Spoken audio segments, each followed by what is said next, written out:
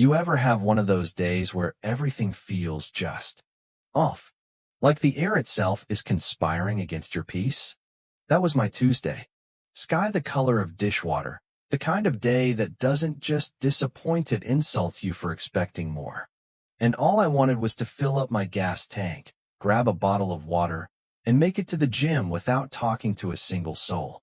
I pulled into my usual spot at the Quick and Fill on Belmont and Hargrove Pump number 4. That one never eats cards, never spits the nozzle back out. It's my spot. Been my spot for years. My car black, clean, low-humming jazz on the radio was my sanctuary from the world. But the universe had other plans that day, and she came wrapped in pink velour. I noticed the SUV before I noticed her. Bright flamingo pink, massive and offensively shiny. Looked like Pepto-Bismol had a baby with a Barbie dream camper. I was already annoyed, and then the door creaked open, and out she came. Older white woman, somewhere in her 70s, hair sprayed into a blonde helmet, wearing a pastel tracksuit like it was still 1986. She shuffled out with this air of self-importance that made my shoulders tense before she even spoke. Ahem, young man. I knew that voice before I even turned. The kind that sounds like a cheese grater to your soul. I kept my back to her, praying she'd take the hint. But no. She stepped closer. Young man. I turned slowly. Can I help you? She held up her hands like they were glass. I have arthritis. It's dreadful. I can't possibly work one of these things. She gestured at the gas pump like it was a bomb about to go off. Now listen, I was raised right. My mama drilled it into me kind. Be helpful. Be the bigger person. But this woman wasn't asking for help. She was demanding it. Like I was a valet or a gas station employee that came with the price of premium fuel. Still, I sighed, turned off my pump. All right, ma'am. Regular or premium? She said, premium. My Winston only drinks the best. I assumed Winston was her absurd pink SUV. I filled her tank, biting back every sarcastic comment crawling up my throat. She hovered over me the whole time like I was going to spill a drop on her precious car. When I was done, not a thank you, not even a nod. She just shuffled away like I was a bellhop who'd done his job. I got back in my car, angry at myself for helping. But I brushed it off. Thought maybe she was just one of those people. You move on, right? Wrong. A week later, I'm back at the same pump, same routine. And as I'm cleaning my windshield, I see a pink nightmare pulling into the pump right across from mine. And she spots me too. Smiles like she's seeing her favorite butler. Well, she says. My favorite helper. I said, lady, I'm busy. Nonsense, she says. You helped me last time. You can help me again. My arthritis is acting up. It's the humidity. I folded my arms. No. She blinked. Like no was a word she'd never heard before. What did you say? I said no. There's an attendant inside. It's a full-service station if you need help. Her face turned crimson. I don't want some teenager touching my Winston. I want you. You did it before. And just like that, it clicked.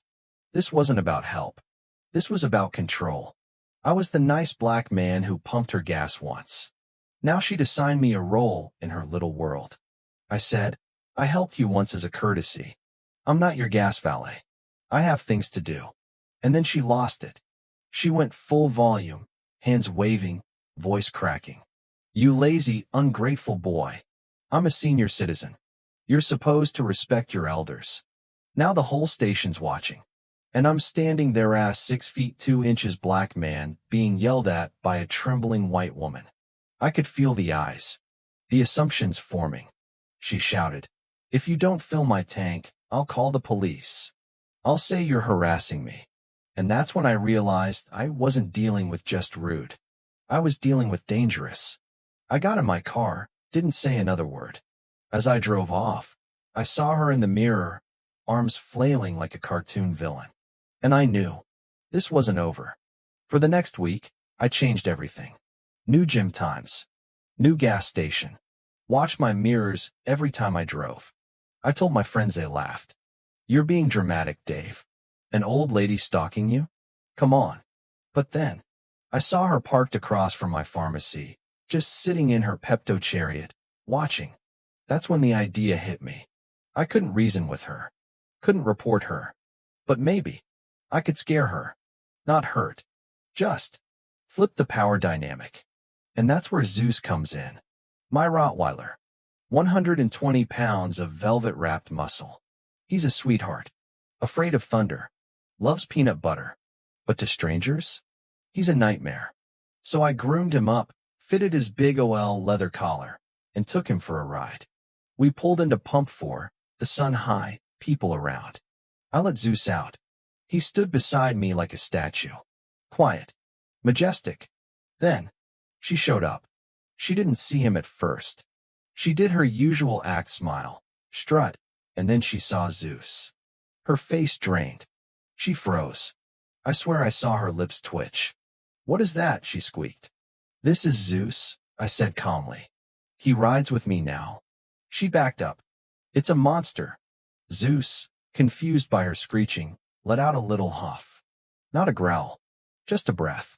But that was enough. She screamed, tripped backward into her car, and then screamed, he bit me. I'm bleeding. She hadn't even been near him. People gathered. Phones came out. The gas clerk came running. Then sirens. The police showed up, 12 cruisers, lights flashing. She was sobbing, pointing at her calf. He bit me. It's bleeding. Look, they checked. No bite. No blood. Just jelly. Raspberry jelly. Turns out, she'd been stress-eating a donut and smeared it on herself in the chaos. The officers didn't buy her story. And the best part? The clerk had video. Clear footage showing Zeus never moved from my side. They let her off with a warning, but her reputation? Torched. People laughed. One guy yelled, "You got mauled by a Danish." And I thought that was the end. But then the HOA letter came. Anonymous complained about an aggressive animal on your property. It was her. Same language, same theatrics. She couldn't win at the gas station. So now she was trying to use the HOA to get Zeus banned. But I'd learned. I gathered testimonials from neighbors. Even got the officer from that day to write a letter. I installed cameras. And just in time. Because one night, at 11 p.m., I caught her on video in a black velour tracksuit to provoke Zeus with a steak and a stick. Zeus didn't even bark. He yawned. Then, she tripped. Fell into my rose bush. Got tangled like a sitcom villain. It was beautiful. I brought that footage to the HOA meeting. Played it after her long, teary speech about fearing for her life. Room erupted in laughter. One board member said, "Is that a steak in her hand?" Then another recognized her. "She's the woman who claimed my terrier mauled her cat." It was a fork mark. It was over. HOA dismissed the complaint. Barred her from the community. And as I left the meeting, neighbors clapped me on the back like I'd just won a championship. Zeus got steak that night. Deserved every bite. Sometimes justice looks like a courtroom. Other times, it looks like a rose bush and a jelly donut. So tell me, who was really the monster here? Leave a comment, share your thoughts, and let me know what would you have done?